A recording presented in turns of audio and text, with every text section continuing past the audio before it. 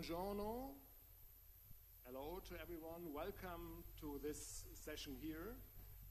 We will talk the next 90 minutes about imbalances and inequality seen from a regional perspective.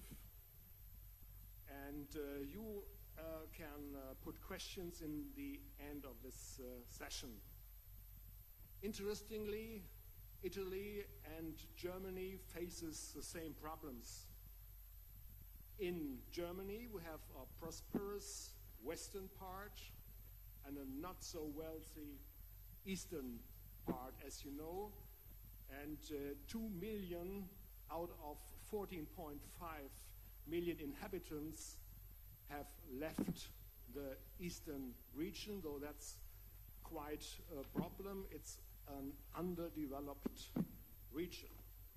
In Italy, there's a certain north-south conflict. I think the growth rate between 2000 and 2013 for South Italy was about 13%, compared to the growth rate of Eurozone by 37%. That's just a little achievement. So we have two experts who can explain the situation and give us some hints how to make progress. I hope so, and that we will have a lively discussion in the end of this session. Each professor has 15 to 20 minutes. After then, there will be a cut so that we can just talk to each other.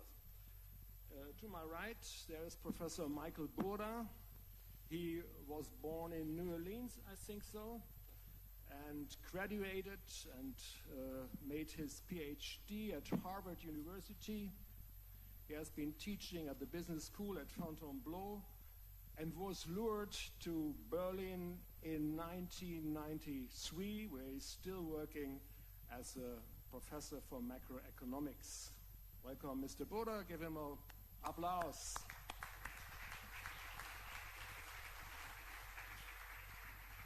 And to my left, Professor Gianfranco VIESTI. He's a professor for applied economics in Bari, Apulia. He was born there, and before he's been a professor at several universities, I think Milano, Firenze, and so on. He has worked as a counselor for many politicians, for example, for Romano Prodi. He's a member of several councils and associations, and he's very skilled in all questions about regional development. Please make a start, Professor VIESTI. Give him a hand, please. Thank you.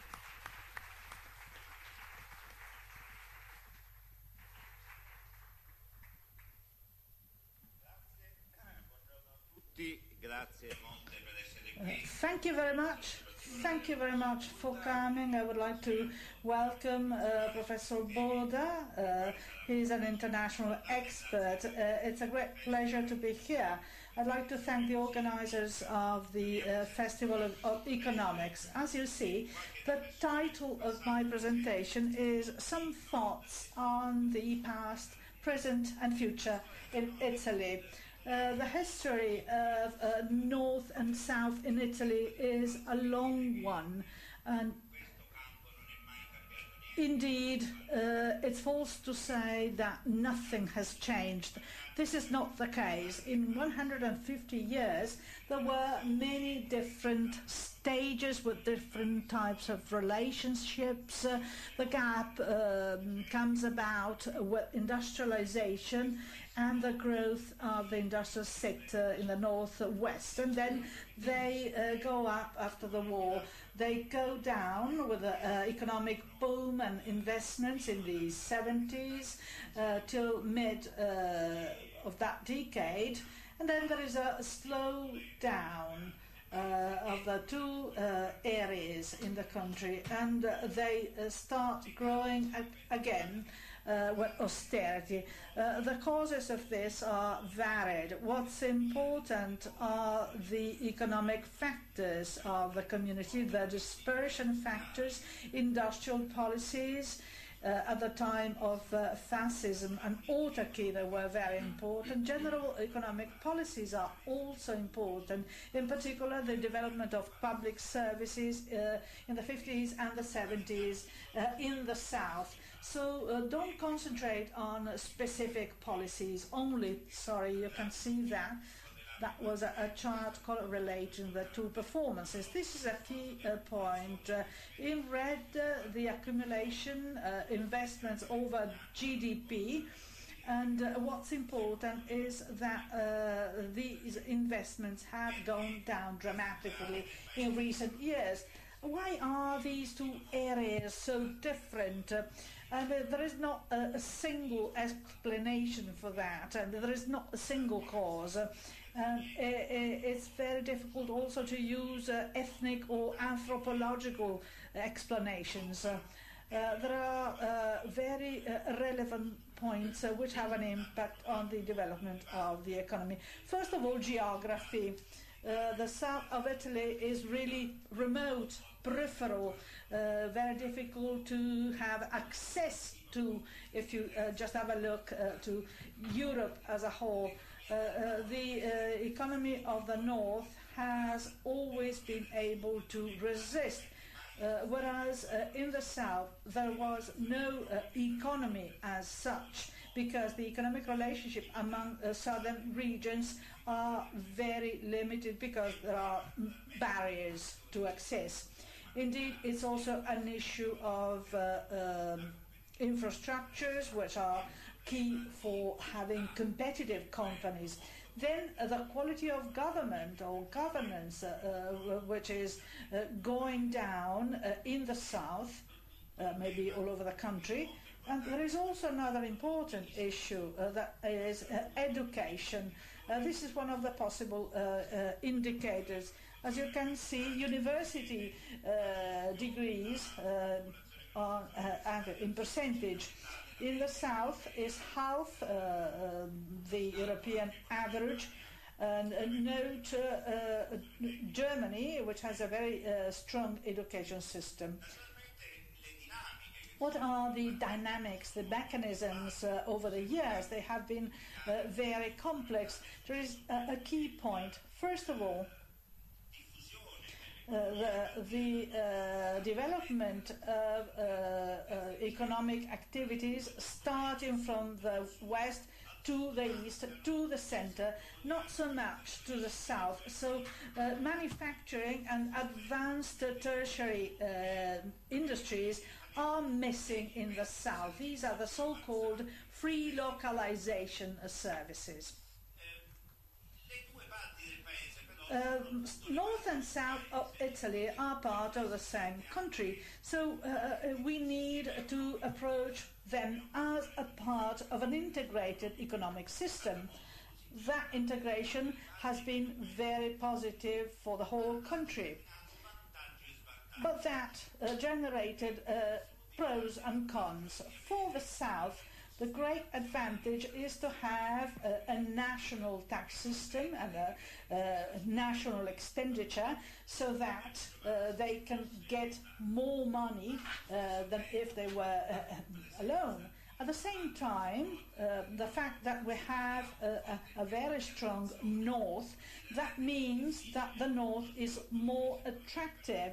So free localization industries tend to concentrate in the center and in the north. The public sector is very important.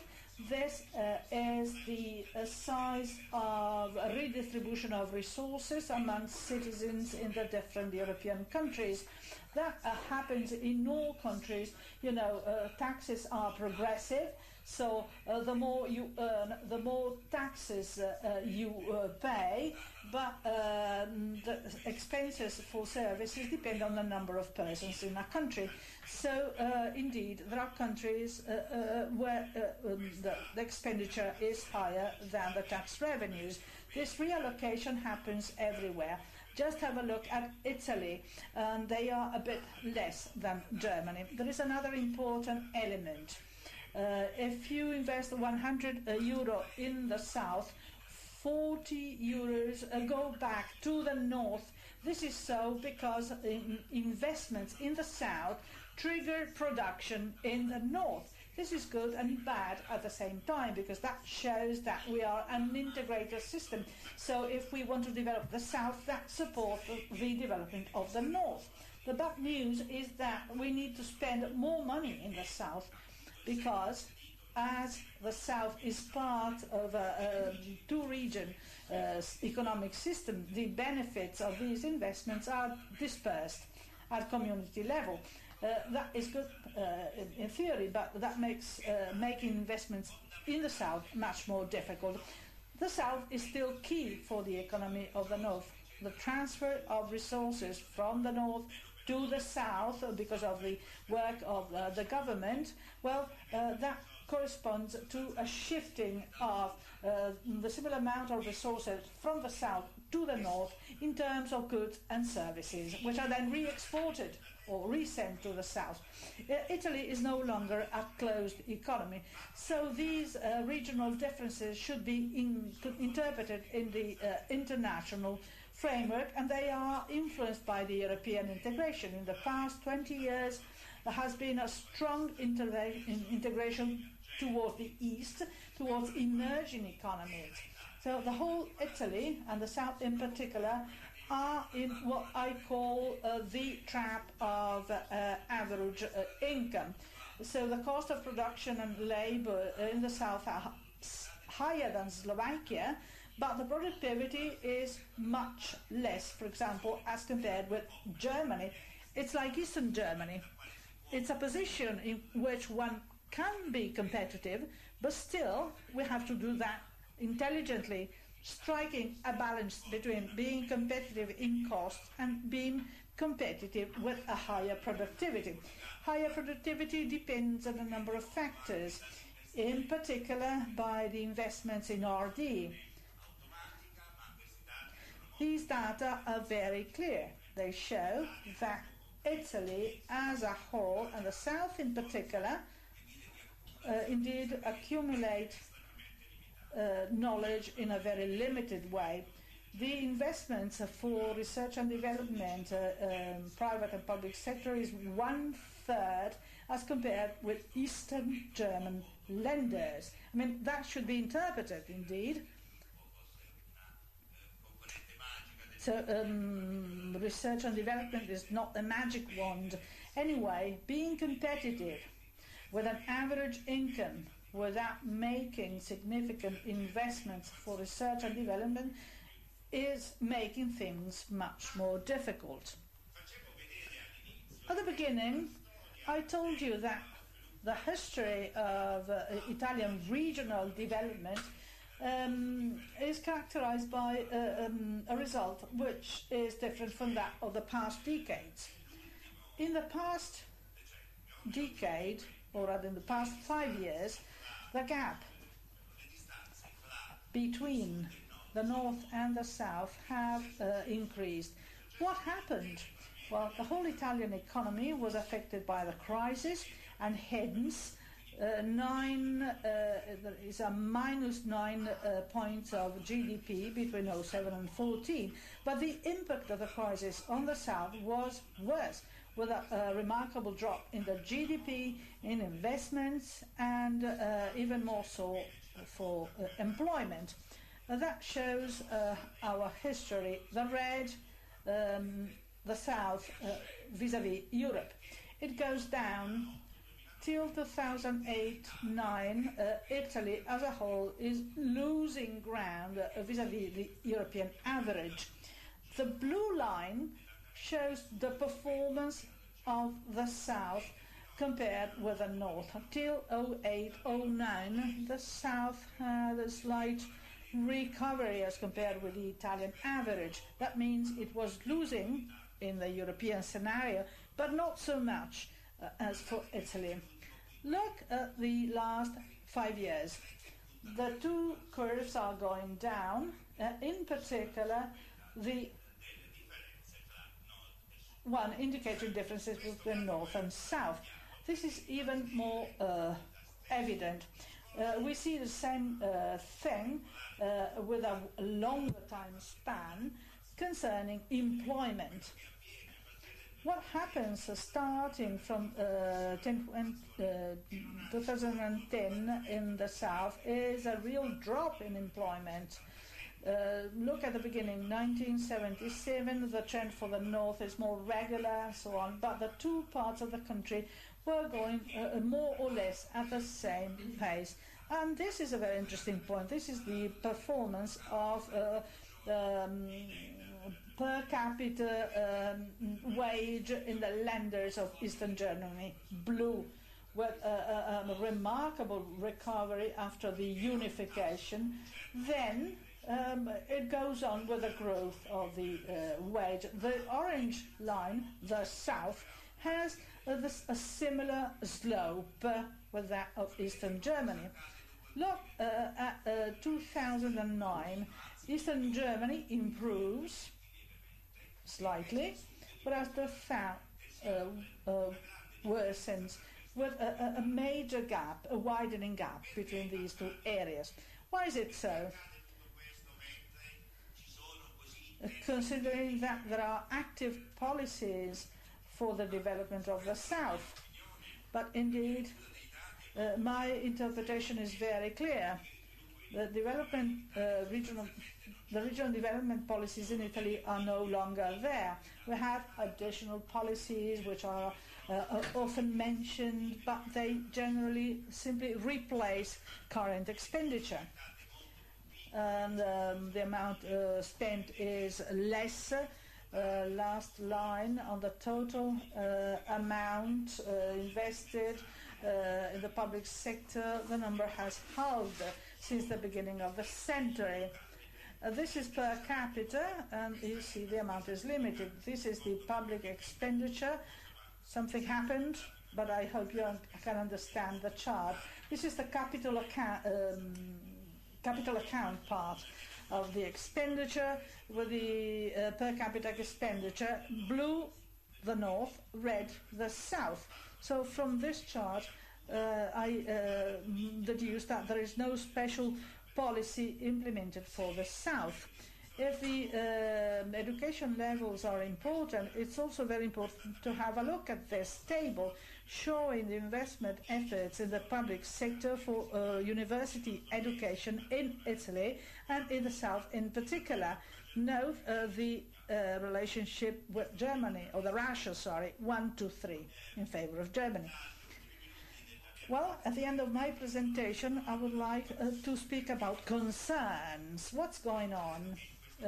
Well, in this picture of austerity in public policies, there is a strong drop in investment in the whole country, blue line, but that is much more remarkable, green line, in the south. So we are doing just the opposite of what would be needed. We are not strengthening the companies, and in particular in the south.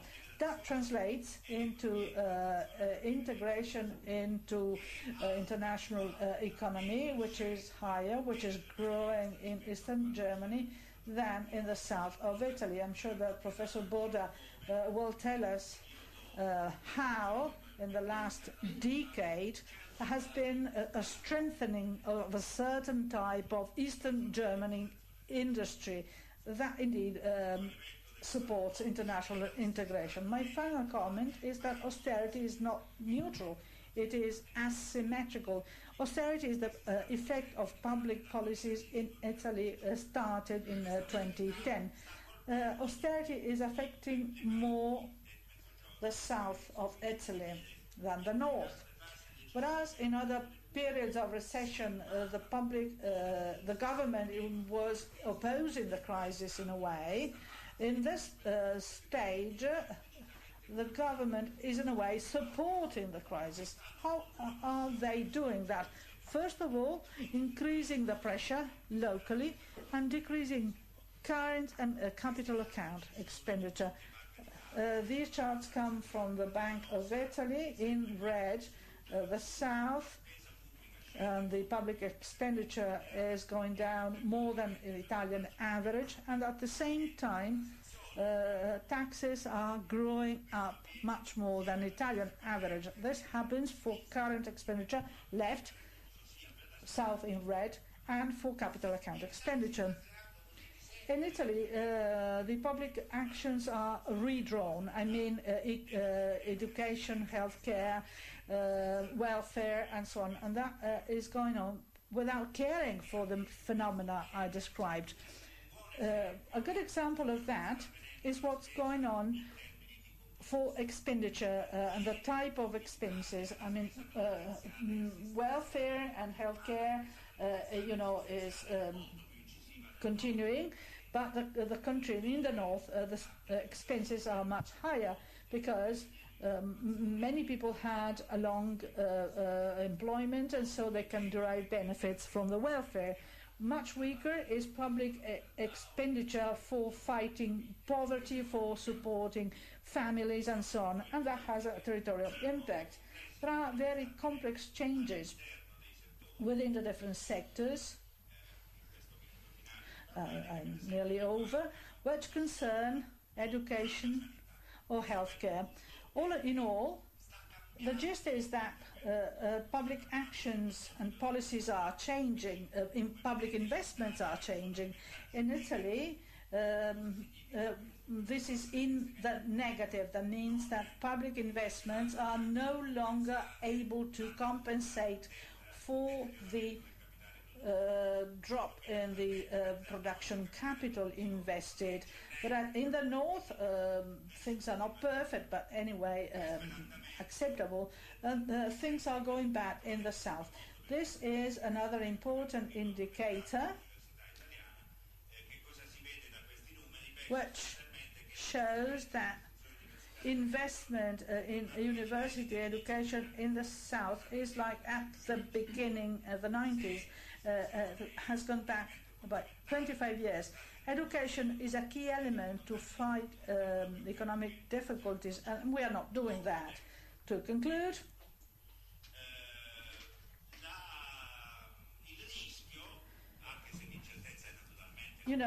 uncertainty is very high, but it's as if the year 2011 was a watershed, and we might be confronted with a long period of history where regional differences increase, something which had not been seen since the end of the Second World War. Many of the trends which I illustrated, though cautiously, tend not to be once and for all adjustment. They simply they accumulate. And they say concern because economics interacts with population, the birth rate goes down, there are no migrant workers in the south, and they contribute to the development of the north. There is a brain drain, and so there are risks of strengthening of these negative dynamics. So let's think over what happened in the past, in the recent years, and let's try to think what we can do for the good of this country and for the whole Italian economy. Thank you very much.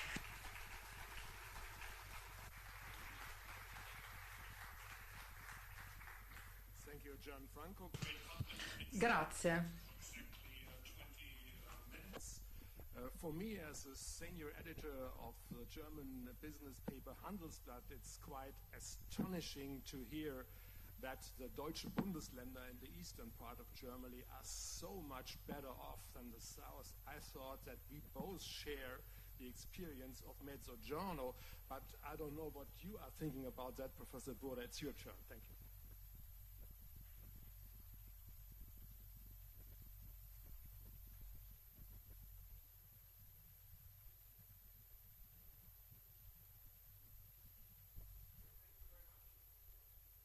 Thank you very much for the invitation. It's a wonderful pleasure to be here again. This is my third time. I will try to speak slowly for the sake of my translators. I have a lot to talk about. This is a very interesting conference, a very interesting set of ideas, and a very interesting question for today's session. Eastern Germany is certainly an interesting place to look at. And being in Berlin, I'm in the middle of East Germany, but not quite, because Berlin is still strongly influenced by the West. For those of you who forgot your history, many of you are very young. You don't even know what this picture is. This is the way that Germany looked after World War II. The red part was dominated by a central planning system for 40 years, and the western part was not. That is like an experiment. An economist can't do experiments. For us, this was a wonderful opportunity, and we're still trying to get our minds around what happened when the wall came down.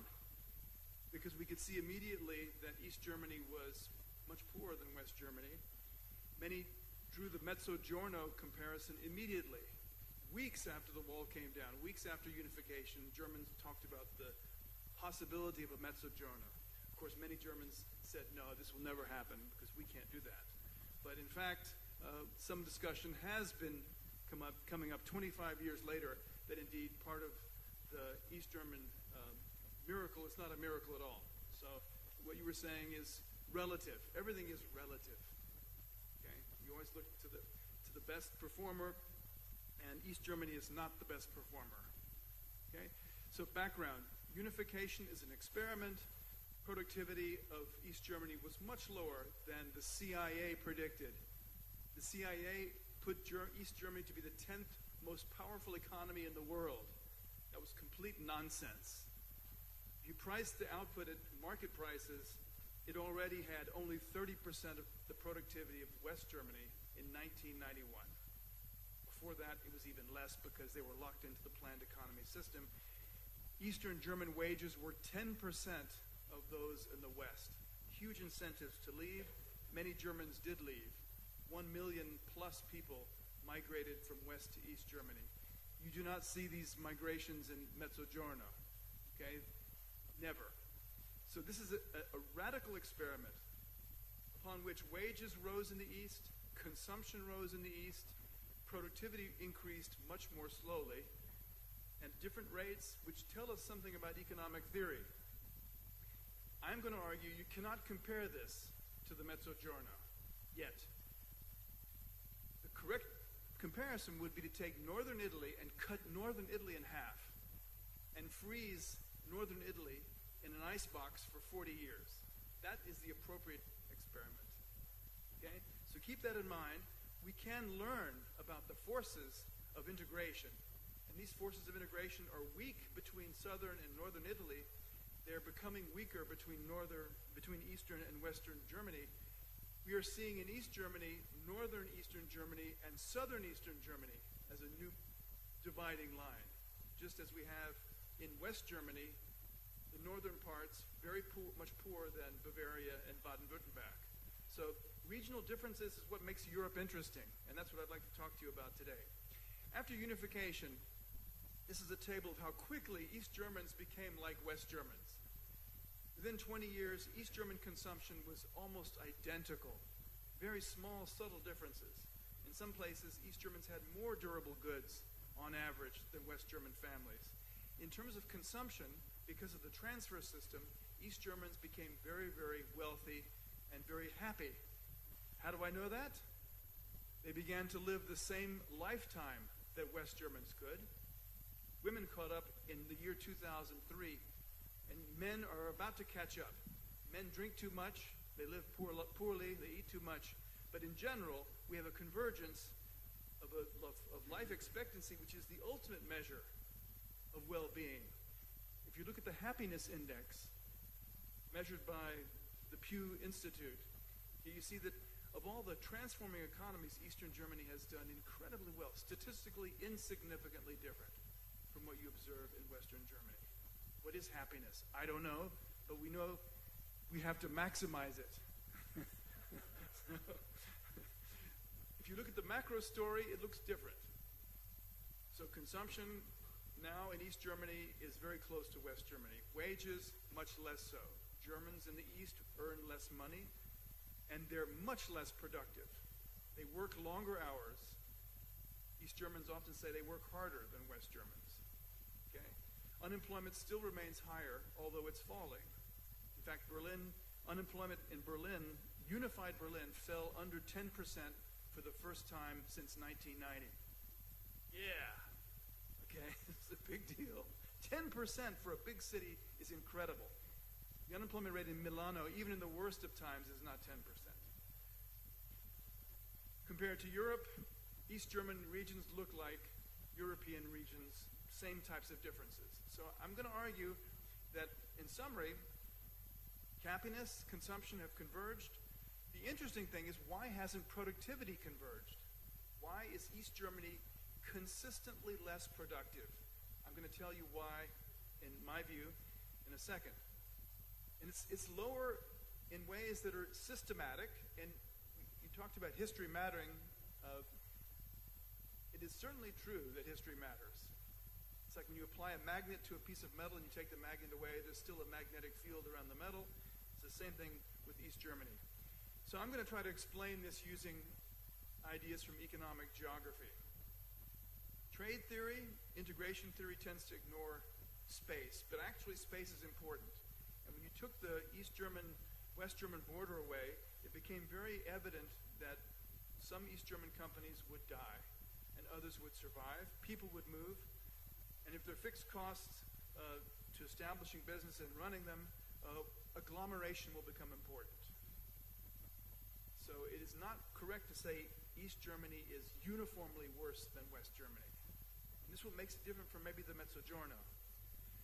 Alfred Marshall told us that cities are places where people are specialized in skills, firms offer specialized products, markets are very large, young people can get exposure to lots of different ideas, and other people can have lots of variety. And this is something you can't have on a green field. And this is very interesting. We see this in Germany, in Eastern Germany. The dark spots are where the people are moving to.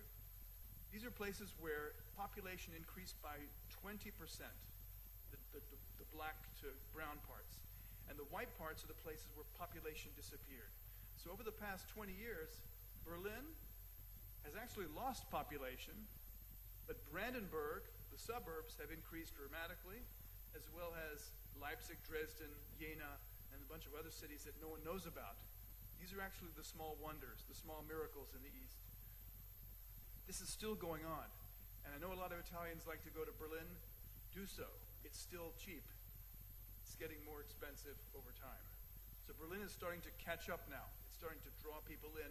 This is the last year of the development. So that dark area in the middle of the donut is Berlin city limits. Value added moves with the people. So here's the beginning. In 2000, this is 10 years after unification. It doesn't look so great. Red is very much below average. Over time, you see the points of light in East Germany are becoming more and more light. There's some green areas, which mean they're actually at the median or just above the median in terms of the income and wealth distribution. East Germany, in places, is becoming like West Germany. It's a fractile picture. Okay? Now, everyone talks about wages. I think we have to talk about them. It's not clear to me that wages are the entire story, but it may have actually helped East Germany converge to West Germany. This is the development of wages in Germany since the 1990s. You see that after 1994, wages stopped growing in Germany. So Italians look at this and say, wow, how did that happen?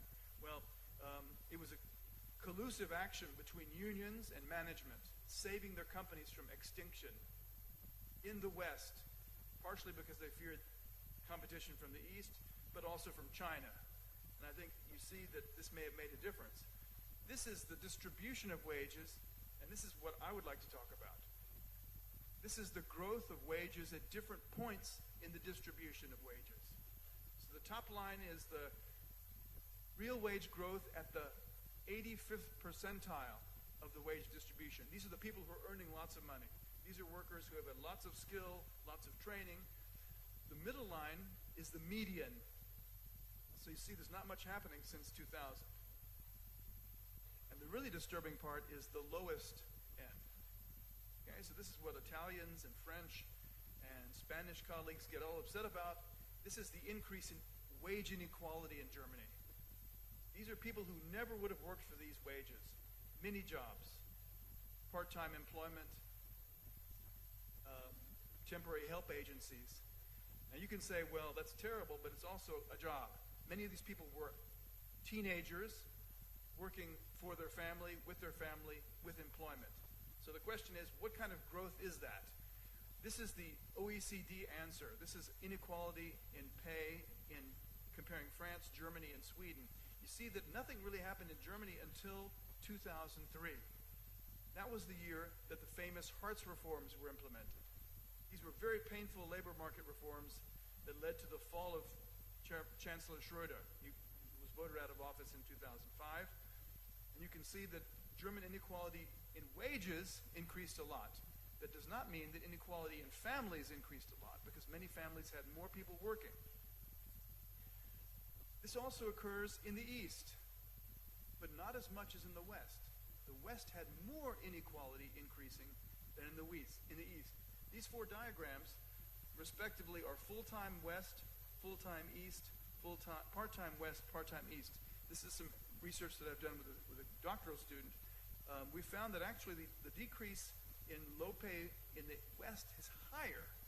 So the convergence from East to West is actually coming partially from the West as well as from the East. This is really two countries coming back together again. The West is also sacrificing for the East. So I'm not sure if this is the solution for you people, but this has happened, no question about it. Unions have been agreeing to more flexible wage setting.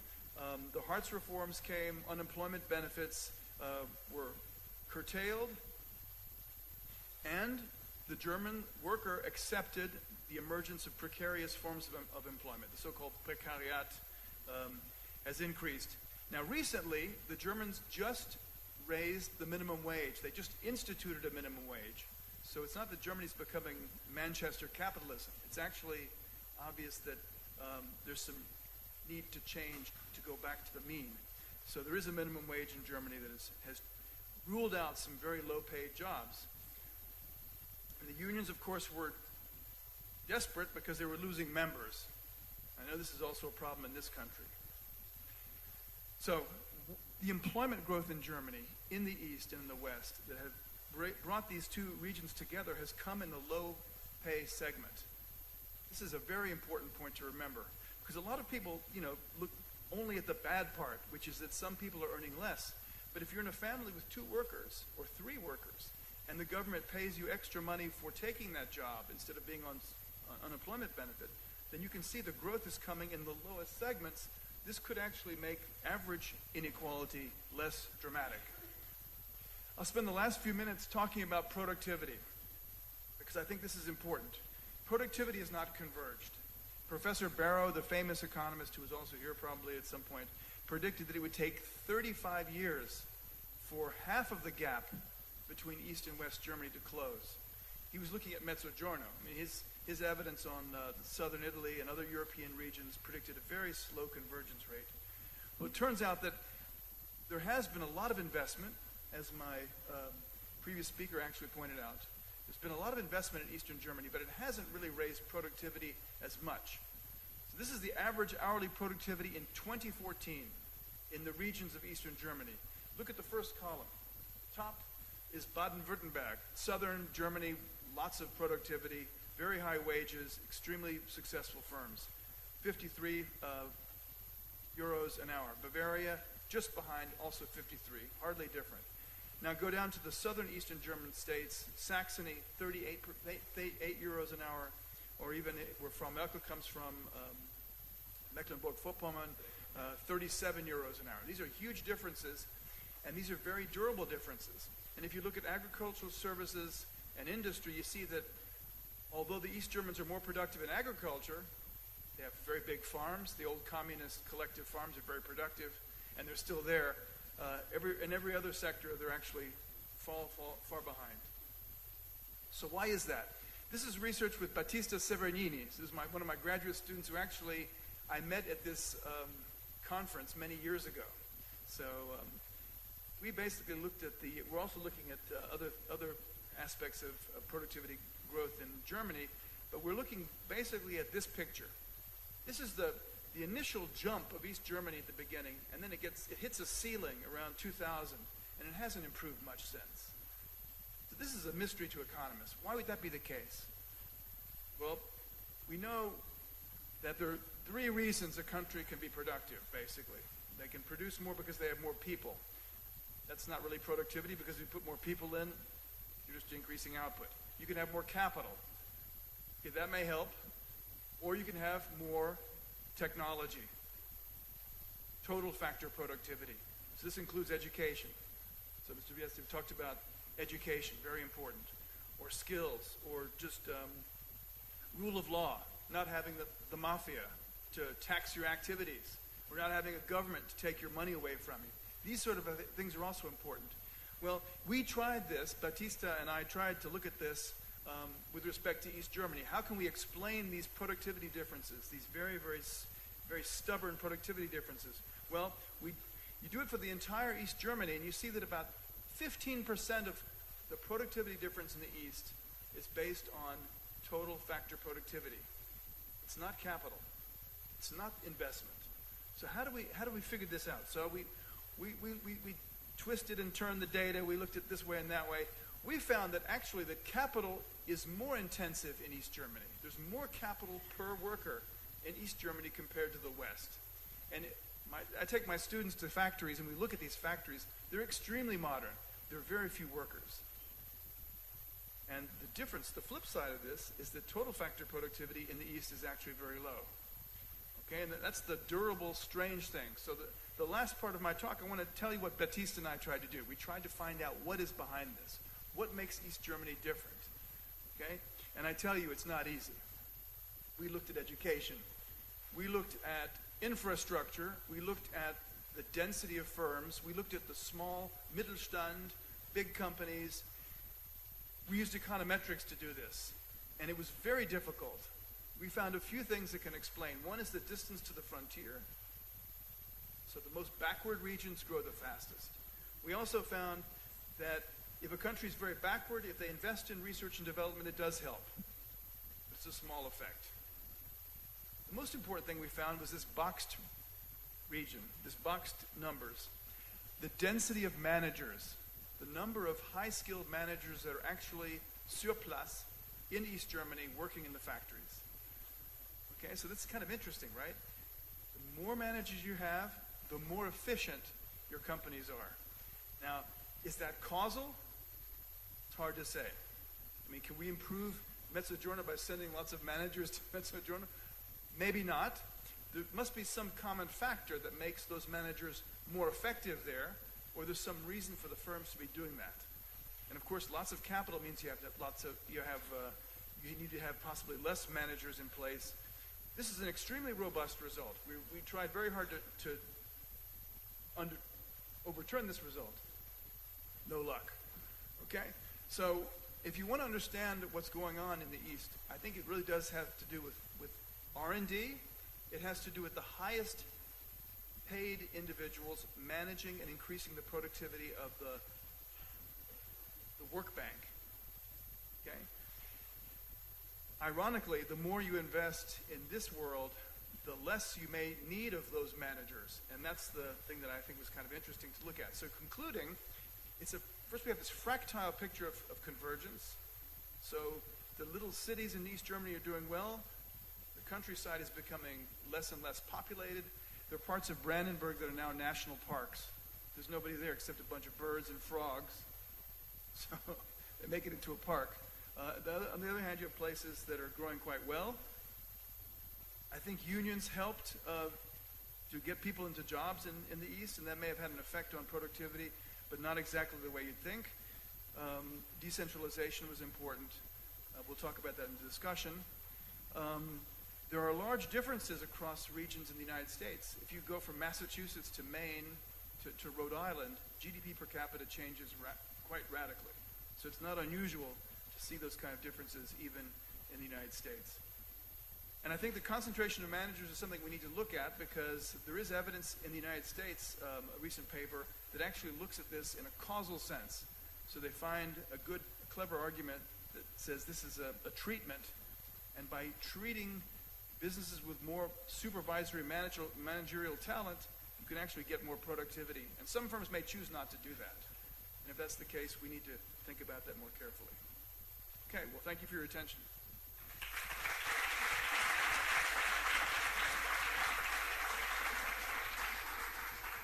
Thank you very much for these interesting conclusions. Grazie di queste... Grundgesetz, the Constitution of Germany, requires equal living conditions of living for everyone. What do you think? Is this still the case in the eastern part of Germany, or will that remain an illusion? The data are pretty clear that if you look at the numbers I showed before, the table, East Germans on average have the same number of telephones, the same number of cars. They have fewer cars because they tend to live in Berlin, which has a very good transit system. But I think it's an illusion to take the Constitution seriously. Southern Germany and Northern Germany in the West have different standards of living. I mean, if you go from Schleswig-Holstein, which is a farming state, and you go to Munich, these are huge differences in standards of living. You can't guarantee this in the Constitution. You can guarantee access to it. And I think the German unification process has done a lot to guarantee access. And if East Germans don't like it, they can get up and leave. They can leave and move to and they can even get money for that. So I think I think they've done very well in that score. You mentioned the transfer system. I think we have transferred fiscally, we have transferred 1 billion euro from the western part to the eastern part. 1 trillion euro. That's a lot of money. And we are talking about a special tax the Germans are paying for the recovery of the eastern part. What do you think? What could be a solution for the politicians? I think this is also relevant for the Mezzogiorno. You know, it's a little bit like a drug addict. You give them you get people on the addiction and they can't stop. So the correct way to be honest with you, I think people talk about this a lot. I calculated 2 trillion. If you include all the private transfers, it's 2 trillion euros. But over 25 years, it's a pretty good investment, I think. Otherwise, you have all these people coming over. So, I mean, there are people like my friend Hans van der Zinn who says that they should have kept the wages low in the East. I think that's a no-starter. If you had done that, you would have had East Germany in West Germany. Just as if you people eventually they starve, they have to leave, and they don't get a job. So the correct way to deal with this is to have a time-consistent path, a commitment to reducing these transfers over time. And I think at some point the East Germans have to accept that. Yeah. Just solo un commento su questo. I have just a comment on that. In Italy, well, and this is a pretty bizarre discussion. We speak of assistenzialismo, I mean welfare at all costs. So what about current account expenditure? Current account expenditure per head in the south is less than the Italian average. Why is it so? Because the pensions are lower, healthcare expenditure is lower, education expenditure is more or less the same. That means that southerners, in terms of public service expenditure, do not receive more than the Italian average. Public jobs, well, the number is more or less the same. That's very much different from autonomous regions in Italy, like this one, but there is no major difference between the north and the south. Last but not least, the so-called assistenza policies, support policies, are not very well developed.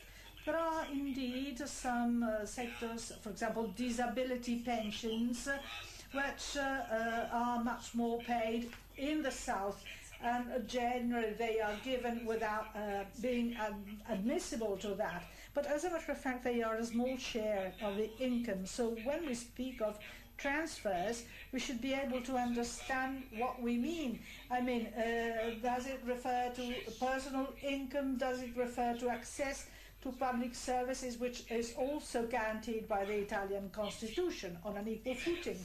Then another thing is that investments indeed do accumulate capital. The availability of public capital is very varied in Italy. There are many differences. On the contrary, I think that that is more or less the same in Germany. I mean, if you go to the Leipzig train station and to Bari train station, just to appreciate what's the difference between Eastern Germany and Southern Italy. This is not a transfer. That is an investment that could be done well or bad, but still is justified because public capital has accumulated, which indeed offers more opportunities for the development of private companies also.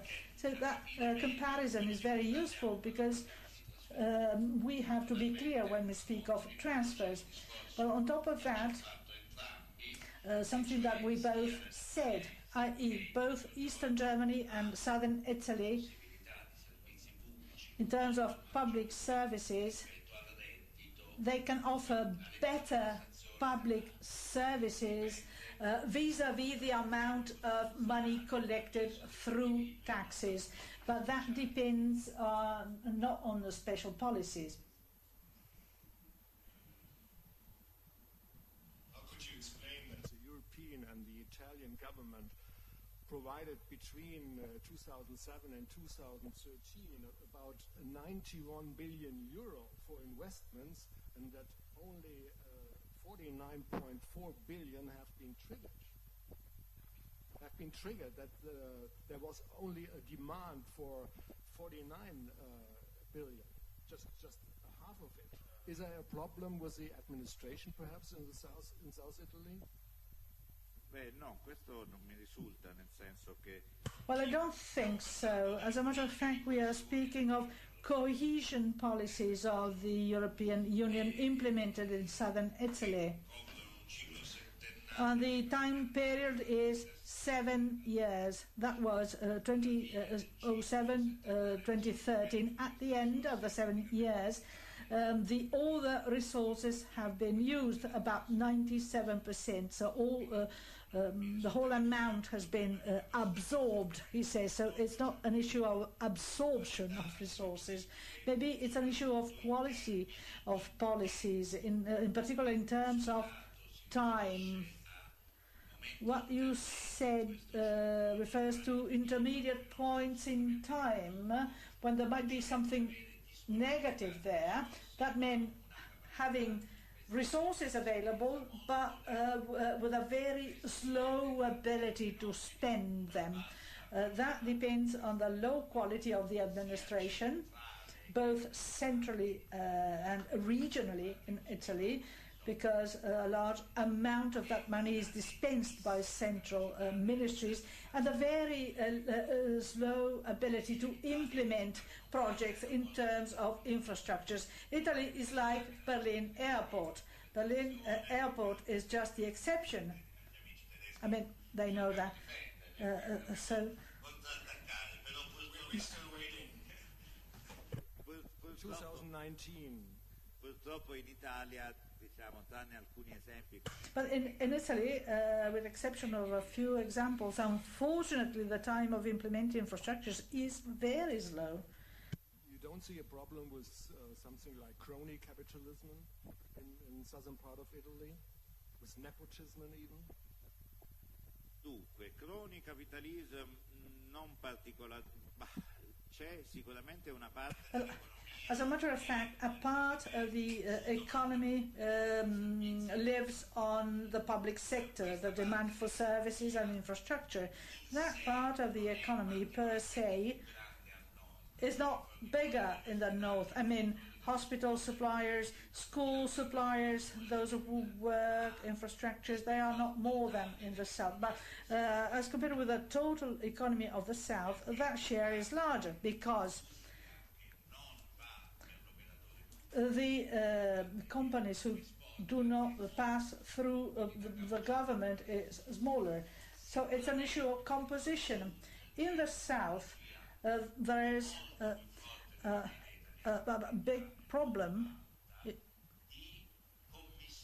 in terms of corruption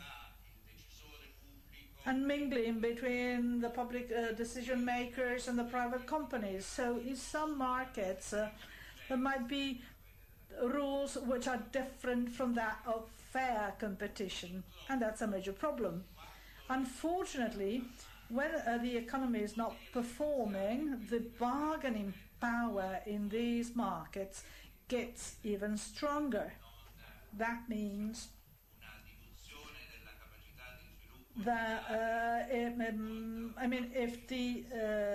an area grows less, that does not mean that there is what I call a purification, or rather the bargaining power of a part is stronger. How do you perceive the infrastructure policy for southern Italy, and what would be your recommendations regarding the recovery program which was announced by Premier Renzi, like the Marshall recovery program? It's very complicated. I thought I was trying to make the point, and maybe I didn't make it clearly. Merely throwing capital investment at a region does not necessarily make it more productive. It will make it look more productive, and it will be productive in some sense, but not in the sense of achieving an equality of outcomes with the other region. And this is because of this missing factor. And I think if you apply my analysis to Italy in the south, you'd see the same thing. You'd see a lack of total factor productivity in the level and also in the growth rate. And now we have to ask, honestly, why is that the case? Okay? So that's my first answer. I think throwing another 100 billion of euros at southern Italy will not make a big difference, because a lot of it will just disappear. For whatever reasons, it will not reach the place it was intended to reach. And I think we have to be very honest. This has already happened.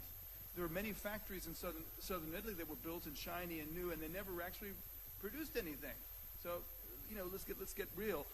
More generally, Italy is a very prosperous place. I looked at the data again recently, but you haven't had any growth in the past 15 years. This is a fact. So why? And it's not the euro. It goes before the euro. The slowdown in northern Italian TFP growth started in the early 1990s. And the question is why? Did you not adopt internet quickly enough? Did you lose terms of trade to China because they're starting to produce imitation products? Italy is the center of style and design. Maybe the world is catching up with Italy, and Italy needs to get ahead again. Something happened in the mid-1990s. It's not the euro. The euro made it worse. It's not the Americans and the financial crisis. It made it worse, but fundamentally something else is going on. And when it goes badly in the north, the southerners have to pay the price too, because they're getting the money anyway. So the question for us now is to ask, what can we do to get Italy back on a growth track after 10 or 15 years of slow growth? And that's not going to be helped by throwing more investment, a Marshall Plan at southern Italy, unless you solve the underlying question, right? And maybe the current policy reforms will move us in the right direction, but we need to think more about that. What are you thinking about that? It's a question of competitivity? Farei due ragionamenti diversi.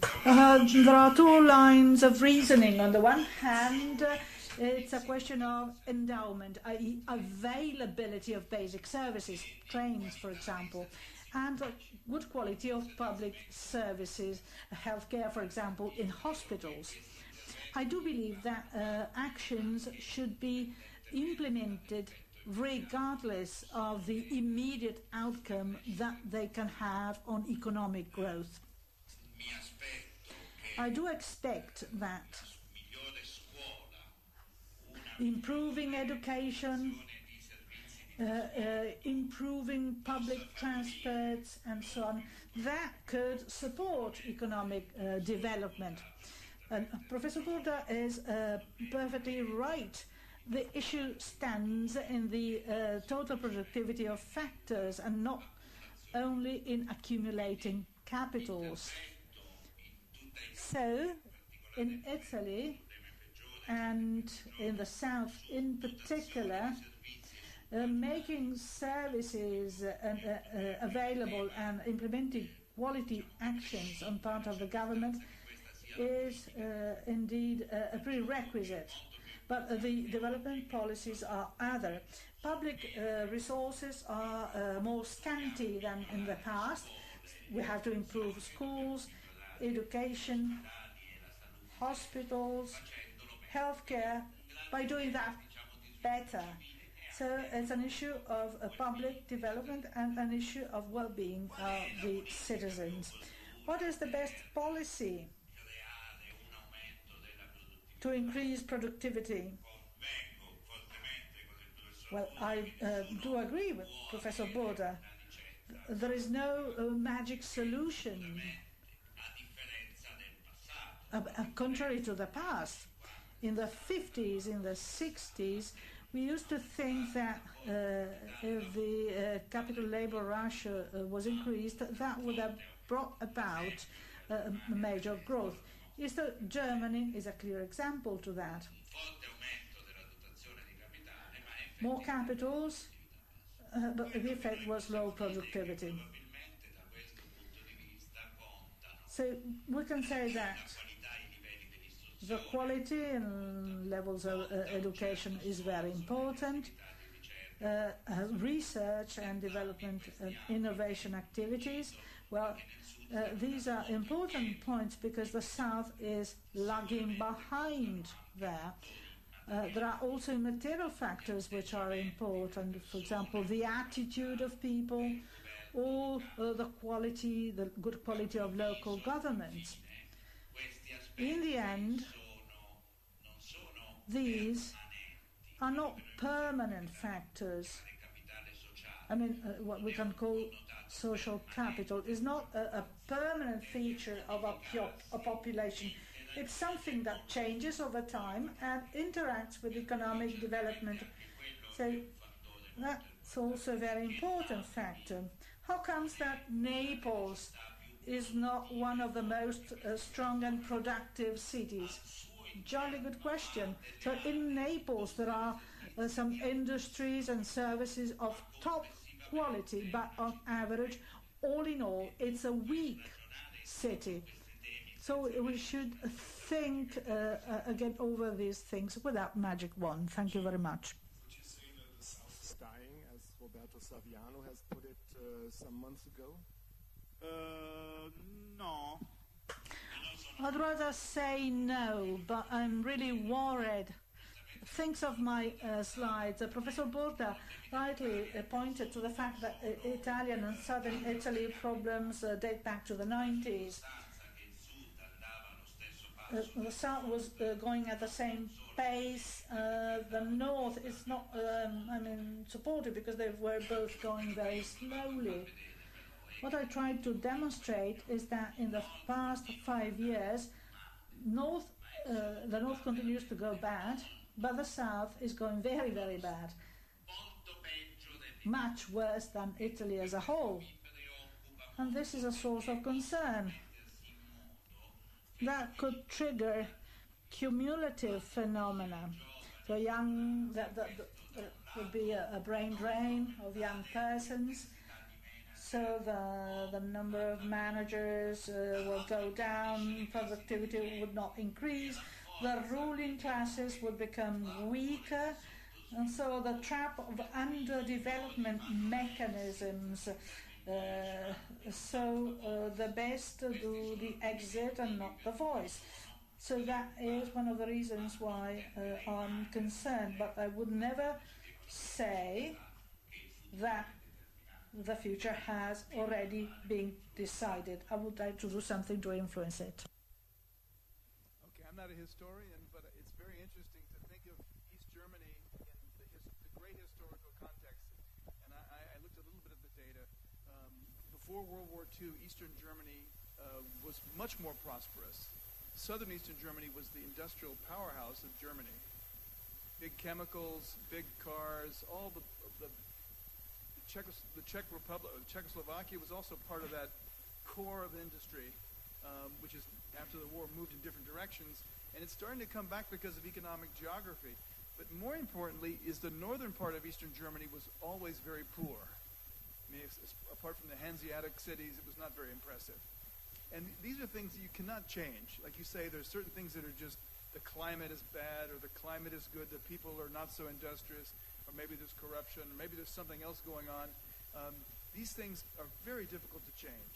So you have this, that's a given. And in a country where you have transfers in agreement, democratic agreement, you will always transfer funds to the South because it's hot down there, air conditioning is incredibly expensive, people can't work very hard, and maybe they don't want to, and then other things. As long as people agree, then it's okay. And this is why Europe is different from the United States of America.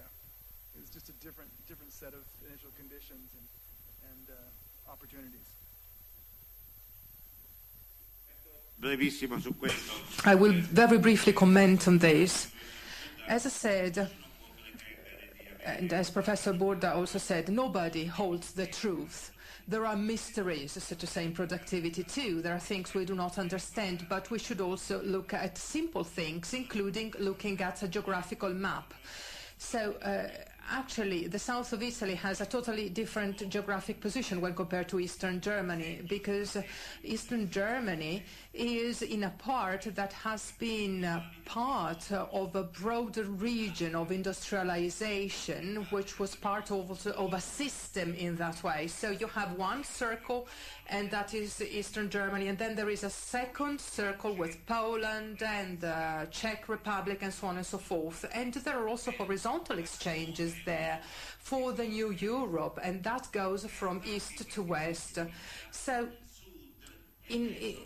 the geography of the south of Italy is much worse from that viewpoint, and it is a space issue, because if there is a flow, it is not to the south in Italy, but it is to the east.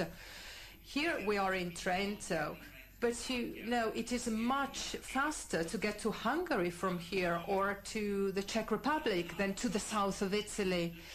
And beyond the south, there is a sea of problems and territories which are highly problematic. So Eastern Germany is much more central in Europe than the south of Italy. And perhaps that does not explain everything, but it does explain something. It is important because it is a geography that especially became such in the past 20 years and not before then. You still find no headquarters of a big company, with two exceptions perhaps. You don't find headquarters in the eastern part of Germany. Isn't that the real problem? It's only a region for distribution, for selling products. Well, you know, when the wall came down, the Western German managers that Handelsblatt talks to, they actually said, East Germany is no problem. We just have a third shift. We produce for all those guys. No problem. And the attitude was we can ignore the entire Eastern Germany, all the historical tradition. And thank goodness the Treuhandanstalt actually went in there and tried to integrate these production structures. But history does matter. There's no question about it. There's time dependency.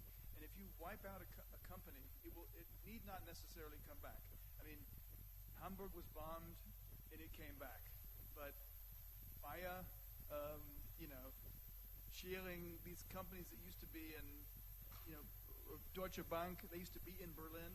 They're not going to come back to Berlin. I mean, maybe they'll have a little representative so they can do their lobbying with the Bundestag. But, once you've moved the corporate headquarters, the people, the smart people, the productive managers, the R&D departments, once you've got them in a place, it's very hard to move them. And the one exception that Mr. JAKOBS was referring to is Zeiss Jena, or it's now called Jena Optik. This company was a foundation that actually produced optical instruments in the 19th century. It was the world leader in lenses, microscopes. After World War II, the Americans kidnapped all the top scientists and took them to West Germany. And yet, Jena came back. And after unification, they moved the headquarters back to Eastern Germany. So there's some things that are historically important, and some companies will never come back, but some companies did. I'm more optimistic. I think there is something, we just have to be hopeful. And who knows, maybe southern Italy will have some comparative advantage we haven't dreamed of yet, but you have to create the right conditions for it. Sicuramente. Noi stiamo parlando. Well, definitely. We are talking about aggregate entities here, but I don't want us to give the picture that there is a void in terms of economy south of Rome. It is an economy which is not sufficient to give a job to everybody, but it is there is an economy, it is strong. 1/6 of Italian industries are located south of Rome, and they are competitive industries. South of Rome, we have so many car industries, for instance, the majority actually, and that goes also for aerospace industries, food industries. There is a good agricultural system too. Agri-food is good. Probably in the south of Italy, more than in eastern Germany, there are several local, small industries, and this is competitive at international level. So your question becomes even more complicated and even more interesting, because we must consider the fact that in these regions there is part of the economy which is up to the standard at international level, but the rest is not. So there is a difference in productivity. The productivity of the well-performing industries is good. In Melfi, we have industries, and people go from Melfi to the United States teaching Americans how to make cars. So they do have and enjoy good productivity, but there are these islands of high productivity and the rest is not productive. That has to be borne in mind. And we also have to look back at history, and we have to be honest. It's not so that everything has been a mistake. It would be wrong to say that.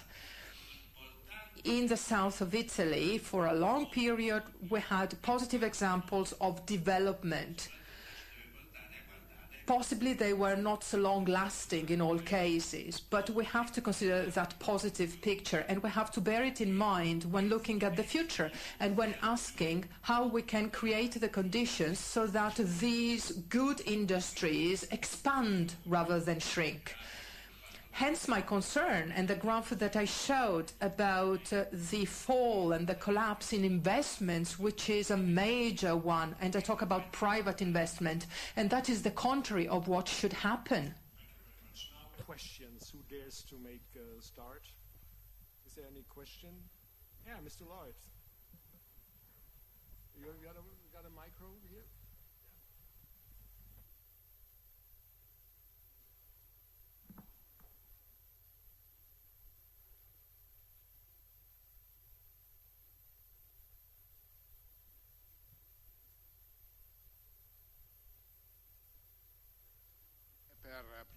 Professore Viesti.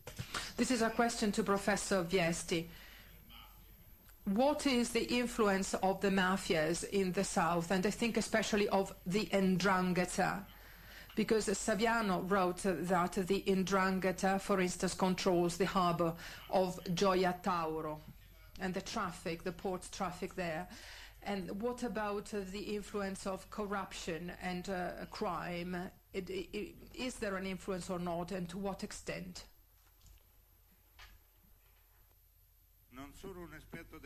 I'm not an expert of this, but I would tend to answer that certainly the mafias do have an impact and do have an influence, especially in terms of distorting, of causing a distortion of local markets. Think of trade, think of the building sector, and this is detrimental for the good companies.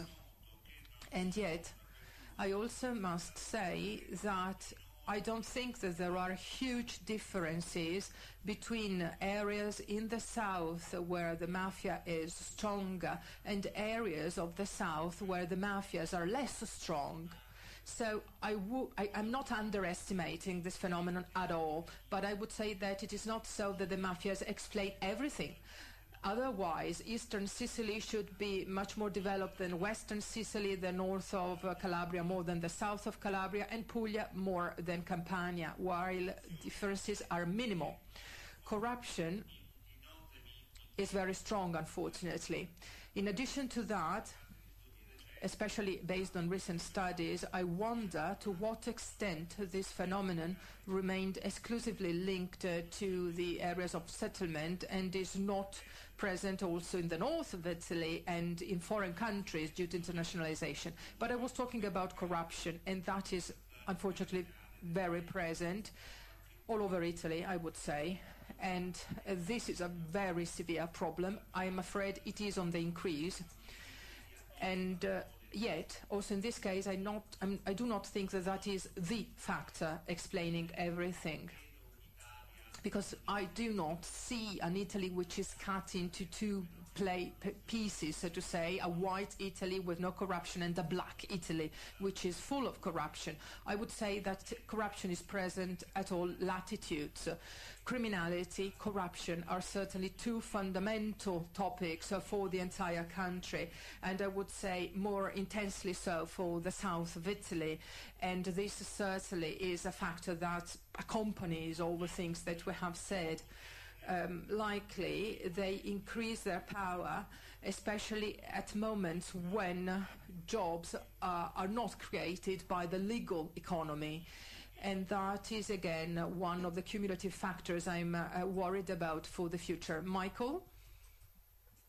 I just wanted to add, there is some evidence that I won't say mafia, I won't say corruption, the rule of law.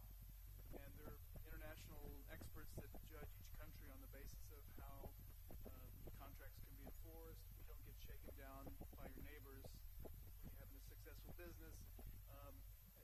Robert Barrow has a very famous paper where he looks at how this can explain growth across countries and has a very, very high explanatory power. So in addition to all the other things we talked about, investment, education investments, infrastructure, rule of law is very important in determining where you're going. And if you have poor rule of law and you look more like an African dictatorship as opposed to a Northern European country, then you will have a lower steady state level of standards of living, and people will not invest in you. And I think that it is true what you say. You can divide parts of Italy in different parts that are less or more corrupt, but if you're a foreign investor, you don't know this. And you're going to be deterred by the fact that if you go there, maybe I got the wrong part, and I'm in the corrupt part of Italy, and I have to pay all these people. So I think it has a chilling effect on investment from abroad. And this country, like every other country, including Germany, needs foreign direct investment. It integrates the economy and the rest. All right, further questions, perhaps from behind? There have been some... Posso? I have a question to Professor Viesti. Do you think that Title V of the Constitution has been reviewed and that entailed a weakening of the power of intervention in industrial policies on the part of regions? Because there are regions and provinces which enjoy a special autonomy, as is the case here with the province of Trento. And there were possibilities to intervene and to support for startups, for instance, and for businesses set up by women. So local intervention was very beneficial. I think that a continuation of that situation would have been beneficial. What do you think about it? Decentralization in Italy in the past 15 years has been extensive. I think that data evidence that in general in development policies the weight of subnational governments is similar to the European average. Now we are more decentralized than we were in the past. We were highly centralized in the past in Italy. We have not reached the levels of Germany, but we are getting closer. There have been positive and negative aspects of this. Together with Fabrizio Nida, we're working on a study on that, and we put forward the hypothesis that decentralization actually was excessive, perhaps, meaning that we should have more balance in the overall picture, especially with reference to industrial policies. And yet, unfortunately, while our German friends are more balanced in their decision-making, we in Italy in a way, follow what is trendy. And we moved from a 2001 reform, which entailed a high degree of decentralization, which everybody supported at the time, to the current opinion whereby we have to centralize again as much as possible. So I would say that we should look at the German case and learn something from Germany, because in Germany decentralization is very serious, is nicely organized. Of course, it took time to be made concrete in terms of the powers of the lender and so on and so forth. But I think really that we should look at the German example and, in a way, implement things more slowly. I'm afraid perhaps in the future again we will go back to decentralization. I think we should not be as hasty as we have been until now. We should look at the German example because it takes time to make reforms. Here, second row. Sorry. We're running out of time, unfortunately. Sorry, last question. Well, there are many issues, but I will go straight to the point. Michael said that the increase in the inequality of wages in Germany did not necessarily translate into an increase of overall income inequality, household income inequality, but that was not the case because Germany has experienced one of the highest increases in income inequality in the first 10 years of 2000 in most European countries. Now, my question is to both. Do you think that it matters? Something that has always struck me is the fact that south of Italy is much more unequal than the north of Italy. I'm talking about household income distribution. Whereas Eastern Germany is just the opposite. It was before the fall of the wall, but it still is, the eastern part of Germany, much more equal in terms of income distribution. Do you think it matters? It is just a product of the problems of the two areas, or is there some kind of interaction? Well, I contest your point that there's been an increase in household inequality, but it hasn't been as strong as in Sweden.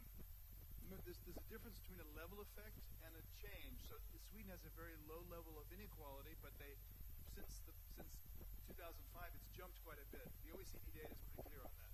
The Germans had a higher level of inequality. It jumped by less. It's better to have a job than not to have a job, right? That's one thing. You increase. No, but I can show you the studies. I mean, and Christoph Schmidt, the chairman of the German Council of Economic Advisors, has a household study with equivalence scales, much more serious than just taking a look at the. You have to be very careful. You have to weight people differently, and if they're in the same family. I don't think the inequality has increased everywhere, the most outstanding case where it hasn't increased is France. But look where France is right now. I mean, so the question is that good or bad?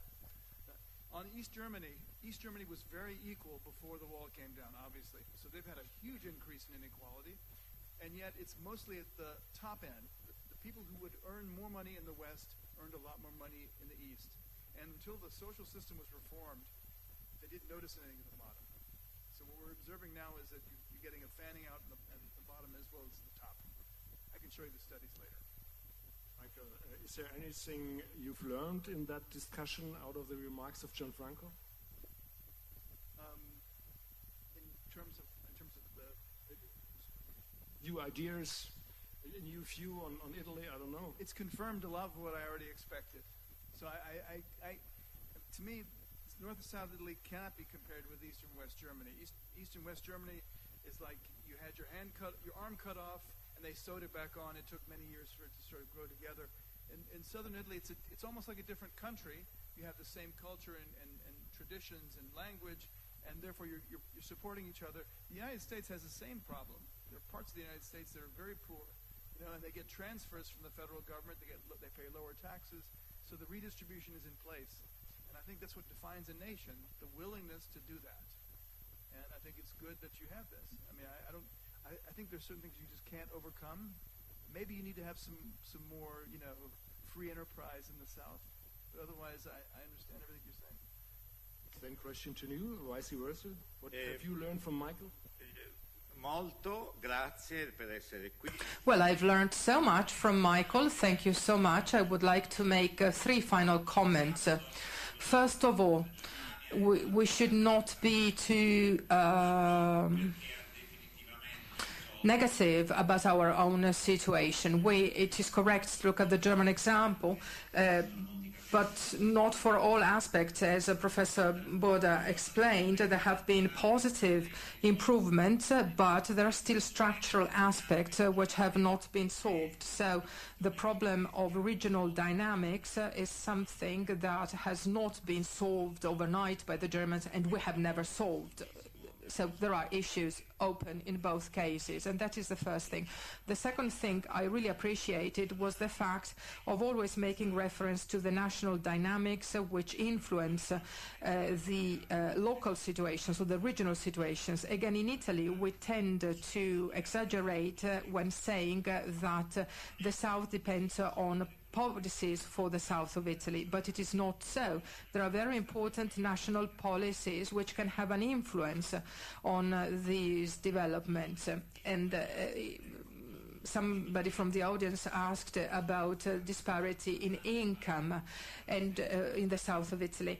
And that is due to the fact that there are many who are unemployed or have precarious jobs. But that is also related to the type of welfare that we have in Italy that protects pensions more than unemployed people. So we have always to look both at regional specificities and national ones.